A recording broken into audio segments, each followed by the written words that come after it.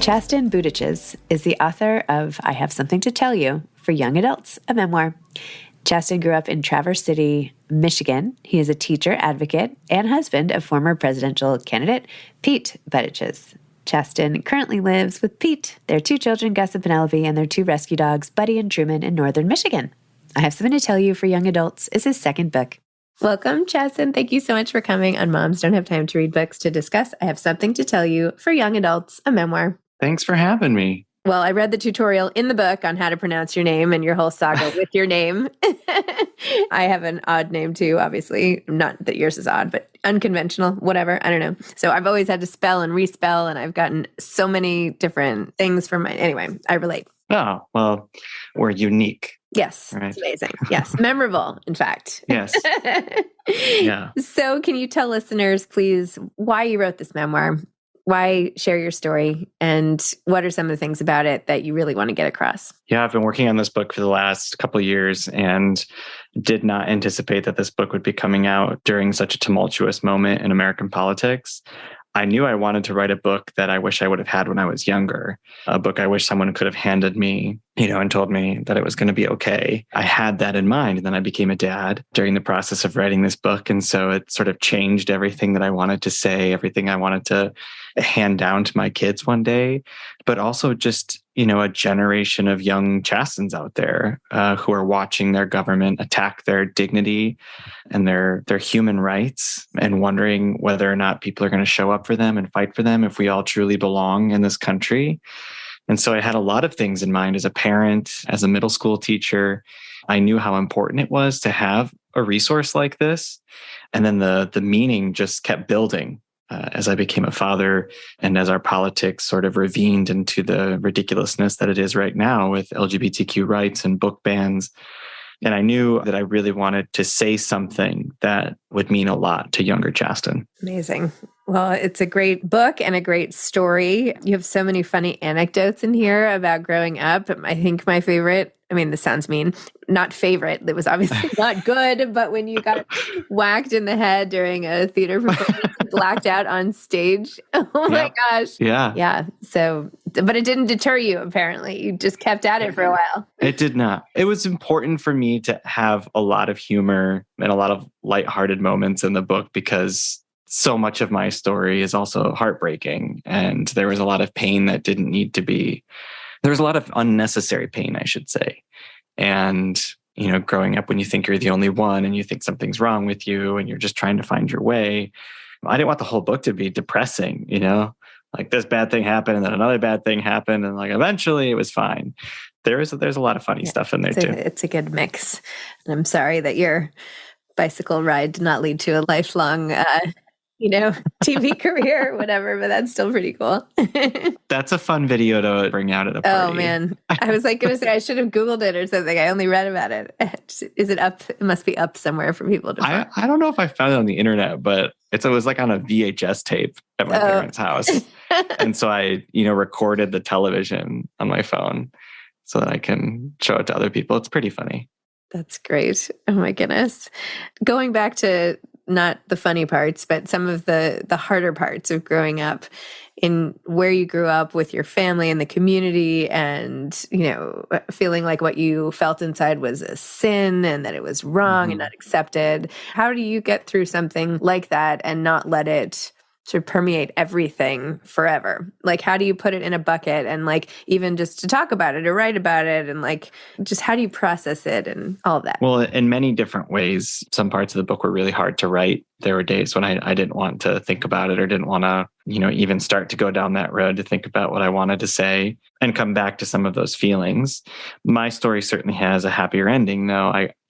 After I ran away from home, I got to come back home. Mm-hmm. And of all the feelings of guilt and shame, I did fall in love one day, and I did get to become a dad, and I did, start a career. All of these things I thought I never would have, and so it certainly makes it easier to go back and think about what that young person was going through. And there's that part in the book where I talk about what I wish I could go back and tell my younger self. And certainly, a lot of that trauma is made lighter because I am loved, because I do have a community, because I do have people remind me that I am worthy of love and acceptance. And, those things certainly wouldn't be as easy to carry around with you if you didn't have that. And so part of the privilege of being in this role is to be able to process those thoughts and those experiences and turn around and share them with another generation in hopes of inspiring them not to make things as, heavier than they need to be, to believe in a brighter future, to believe in a more inclusive America, and to see the goodness in all people. I grew up thinking that I had to be one very specific way. And I hate that young people still believe that they have to achieve the standards of other people or meet the opinions of other people, or that they are defined by the opinions of their peers or their surroundings. And this book is a way to say, you are not, even if you might think you're the only one that feels different, or, this book is a reminder that you don't have to care so much about what other people think. And that I wish I would have allowed myself to love myself much earlier, embrace all the things that make me quirky or different or unique and creative, and lean into all of those abilities, because they wound up being talents. And I wish I wouldn't have been so ashamed of them or scared of them because other people didn't like them. Yeah, I had dog-eared that passage of your book along with others and of course you frame all of your advice with like a page of funny banter. Which I love, but there were two parts that were particularly good. I thought it said, it might seem impossible right now, but there will come a day when you will stop caring about what all these kids think about you. And that secret you're doing your very best to hide will one day be the thing that helps you make a tremendous impact in the world. In fact, once you embrace that secret, you're going to fall in love both with yourself and with someone else. Oh, gross, younger me says. I know, I laugh. A few times, actually. And you're going to get your heart broken into a million little pieces, and that's just fine, because you'll pick yourself up, glue your heart back together, and be better for it. And then you'll go do impressive things that mean so much to so many people, and you really do meet a prince. Okay, now I know you're not real. Well, he's technically a mayor, but stick with me. Yeah. You're so funny. That's awesome. I always think about when people ask you that question a lot, like, what would you say if you could go back and tell your younger self something? And I always laugh because I feel like young Chasten would, that whole premise of that chapter is like, am I a ghost? Is it a premonition? And I feel like young Chasten would like not believe it at all. Yeah. Well, that's like the crazy thing about life, right? We never do get to go back and reassure ourselves at a younger age. And I'm sure there are things we would love to know now that our older selves would be able to tell us. But oh well, it is what it is. My hope was like, I taught 8th grade. I kind of know what my audience is here. And I know that teenagers don't like to be BS'd, Yeah. And I wanted to pepper in like the appropriate amount of humor, but also acknowledge that like, nobody likes to be lectured, especially teenagers. And I also didn't want to write like a self-help book that's like, everything will work out just fine. Like I wanted to sit in some of that heartbreak too, and process some of that trauma with young people, and in hopes that they wouldn't, have to go through so much of it themselves, but also to acknowledge that like, yeah, sometimes it sucks and it's really hard, but we're better off for it. Well, you also had experiences that didn't exactly help your feeling other than by like living in Germany, for example, and being actually different in other ways from the majority of the population, or everybody you were sort of with at the time. And taking me back more to that time of your life and how you sort of navigated all of that. Oh, going to Germany? Yeah. Germany was my escape. This scholarship popped up, the Congress Bundestag Youth Exchange program, where it's a joint scholarship between the American and German governments. And my high school German teacher one day was telling everyone about this program. Is like all the kids are like shoving their backpacks full and the bell's ringing and they're all like leaving the classroom. And I felt like I was the only one that heard what she was saying. It's like free ticket, free golden ticket, like come grab it, and everyone's like rushing out the door. And I was like, hold up. So you're saying that I can go study in Germany for free? It's, I knew my family, we didn't have a ton of money and they definitely couldn't afford an exchange year. And I knew that would be a big sell to them. So as I talk about in the book, I forged my dad's signature on the application. It was like my first big act of rebellion. And then, obviously it wound up getting it and got their permission to go. And it wasn't so much that I was interested in going to Germany. It was just like, I needed to get out. I just needed to get out of Northern Michigan. And this was the way. And so I was thrown into a different culture. I had host families who didn't really speak much English. I had 4 years of German in America, but nothing compared to ready to go conversational German on day one. But then I picked up the language. And a host family who went swimming naked. And Yes. I mean, what the heck? I would be like, okay, all right, amazing. Yeah, right from the beginning, they're like, it's like Freikorper culture, like free body culture. There, it's like, it's not a big deal. Like you just go swimming and you go about your day. And so there were all these funny little cultural anecdotes that I was shocked about. But the best part about it was that I started to meet friends who didn't care that I was gay. I was able to come out to a friend. And once I did, I felt like I was able to just live this double life. Like my family back home in America had no idea that I was, coming out of the closet and feeling stronger and more confident and, more alive. And then as soon as all of those changes started happening, it was time to get back on an airplane and go back home and graduate high school. And I basically went back into the closet. And Germany, had I not had that year, I don't know what it would have been like for me. So, the school was fine. The travel was incredible. I mean, you take this kid out of Northern Michigan who had never seen all of these beautiful, incredible things. And I was just amazed by everything. Just an entire world out there that showed me like it can be a different way. And you can make friends and you can be yourself and you can, you don't have to be defined by that little town back in Michigan. Yep. That and Will and Grace. There you go. Yeah. Yeah. It was everything you needed. Exactly. Will and Grace. It was like trauma and therapy at the same time. Like I loved it. I was so afraid that if I laughed, my family would know that I was gay. And it certainly felt like, you could be gay in New York, but you couldn't be gay in Michigan. Or like, it was something that people on TV could have, but not this like farm kid in Northern Michigan. So I appreciated all the photos of farm animals in the back. I was not expecting this. I'm like, okay, I'm done. Oh, look at this. I feel like people who've gotten to know me do not expect to see little Chasten with goats and cows. And then, of course, you end up on the presidential campaign trail, which is not necessarily how conversations like this typically go, because what are the odds? How was that? What was the most surprising, or what was something that, do you shake your head and laugh at even now, or something that cracks you up, or the whole experience? I mean, obviously you can't sum it up, but I mean, I still struggle with imposter syndrome every now and then. Like, am I truly worthy of this platform? Why is it me? Like, how did it become me?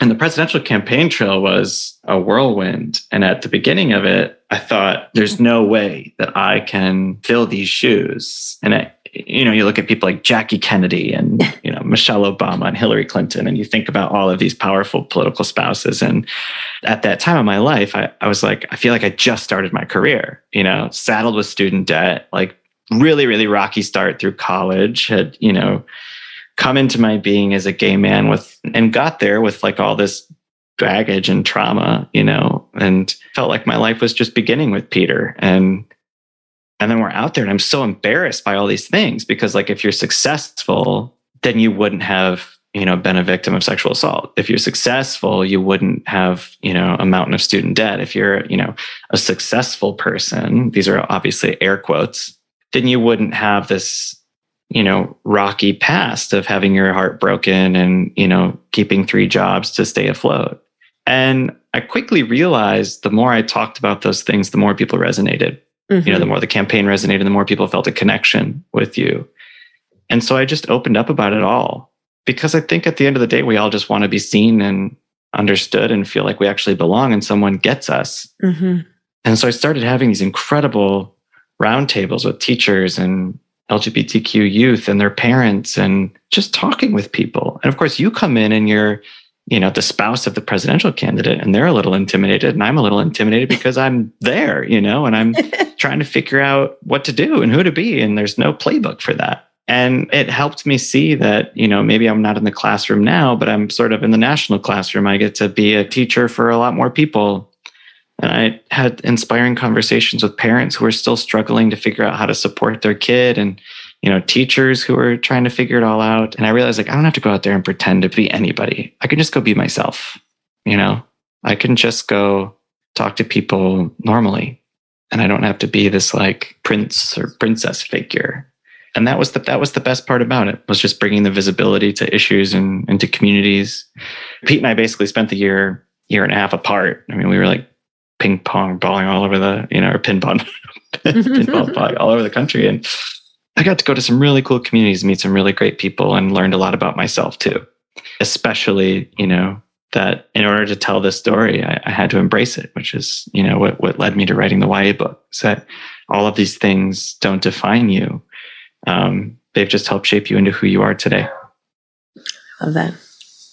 And then you also had the introduction of kids. Talk about, is there somebody awake? Buddy the puggle is awake, and he's probably barking at a mailman or something. How, you said you thought you would never end up being a dad, and now of course you are. And what is that like? I have 4 kids. I can relate to new parenthood very well and all of that. It's chaos, and it's everything I've wanted it to be and more. It's messy. It's sticky. I cry every time. I feel like I cry every time I talk about my kids. Like I love them so much. I miss them every day when they're in daycare.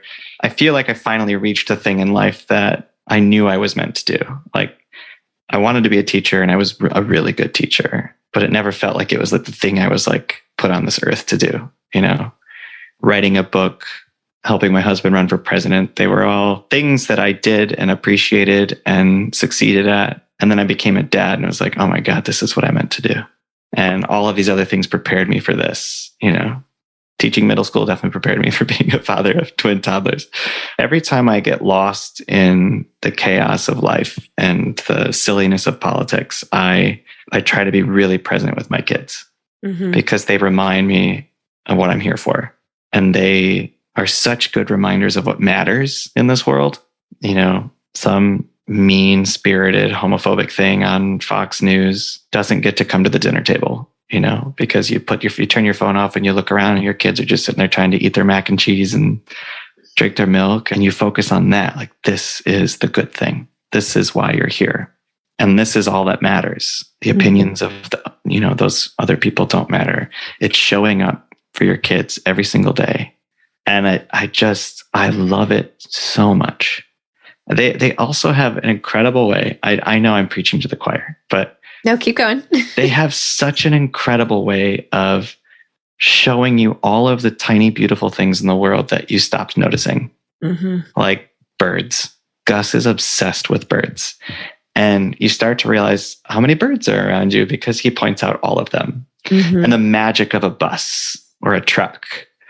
Gus waves at everybody. It's incredible. It's like Gus on parade every time we're like walking through the neighborhood. He says, hi, hi, hi. Like we walk past the firehouse and he says, hi, truck, and it's like, look at how happy he is just like taking in the world, hi, bird, hi, truck. And then I just like sit in that and stop thinking so much about like, the world being on fire. We have to tackle that too. And we're taking that on too. But I try to be so present with them because they just have a way of reminding me of all that is good. And there's nothing like reading a book with Penelope. It's just this cute little thing. Do kids ever do this where they like go pick a book and then they like back up into your lap? Yes. It's the best thing in the world. She like gets the book, backs up into my lap, plop. We look at 2 pages and then she like rolls off my lap, takes it back to the bookshelf, gets another one. And it's like, this is the best thing. It's the best thing ever. Yeah. Now my kids are so big. They're like, squashing me, some of them. But I did survive having twin toddlers as well. And, it does get easier. I know everybody says that, but I was complaining about how busy I was or something, or I was thinking about how I thought I was so crazed when I had kids. And they were like, oh, imagine that. But now you're really busy. And I'm like, no, I was way busier and more stressed out and crazy, because when you're chasing people down and so worried someone's gonna there's also like the fear of all times, like this staircase, like constant everything is also fear. a threat. It's like so I'm on high alert. Oh my gosh! Now at least I'm, it's manageable. It's not such. You really do job. wear your heart on like the outside of your chest all the time. Yeah. Like so in love and just absolutely terrified all the time. Yeah. What can go wrong? Now my fear is like, I can't let anything happen to me, not because I care about me. You know what I mean? Like I can't let them not have me around. Yes. So that's like my other thing that I'm always like, I'm on a plane and I'm like, you can't do this to them. Right? Yeah. You know, like, Dude, maybe I've never thought about that stuff ever. And now I'm like, it's terrible. ugh. Yeah. Well, anyway. So are you going to do more books? What do you think? How else are you going to continue sort of nurturing your platform, helping people? You've done so much already. What's in the cards for you next in this? Yeah, I started working on a kid's book. Good. I'll focus on this one for now, but it is a very fun little noodle in the back of my head that I've slowly been working on these characters, and because it's also a book I want to read with my kids. You know, a book that features two dads, and the book's not about having two dads. It's just a family doing their thing. The kids get into trouble and there's great lessons, and, you know, just like playing around with all these storylines. But I have tons of books. I'm so grateful for all these books that our friends and our family, you know, give us. And very few of them look like my family. So that's really important to me. And I'm thinking about all of the things that I want them to see right now, because they can't read this book for, you know, another 10 years or so. So I want to develop that a little further. I'm sure, you know, my publicist is listening to this, like, oh my God, focus on this one. But it's really fun. I like to, you know, I was a theater kid and I love noodling with stories, and that's a fun daydream. It's like, what book would I want Penelope to go get off the shelf and back up into my lap with? So yeah, we'll see. Well, if all else fails, you have a fabulous voice. So you should do like a side hustle as like a voiceover actor, just like sneak in. And I don't know, thanks. Saying you have like the best voice. I feel like it's so calming too. So I bet your kids like eat that up, which is great. Oh, thank you. Yeah, I did the audio book for this one. It was important for me that it be my voice, but it's also like, what a demanding job. It's very annoying. Yeah, all the stopping and starting. And stop, start. Yeah. Man, that's a lot. I've done a couple audiobooks, and after the first one, I was like, wait a minute, maybe this should be my job. Maybe I should just do this. Like, just read all day, read great books. Like, this is pretty great that you could get paid for this. So I don't know. It's also incredibly invasive when they're like, oh, you gotta start over. Heard your stomach growl. Like, did you? Like every time you're like, and then you'll feel it, and you're like, did they hear that one? You know, it's a very intimate process. Yes. I was totally like crying like through something, and they're like, beep. Like, okay, sorry, can you just take that from like 2 seconds? And I'm like, okay, I'll do it again. Like, oh my gosh. Yeah. It's I was crying through that whole part about coming out to my grandma, and I had to keep starting over. And eventually I feel like they were like, okay, get over yourself. Take 50, you know. Oh my gosh. Well, thank you so much. Thank you for coming on and chatting with me today. Thanks for helping so many people with all the things you do and your book. I have something to tell you. So thank you so much. It was great. Thanks for having me. Appreciate it. My pleasure. All right. Take care. Bye-bye. See ya.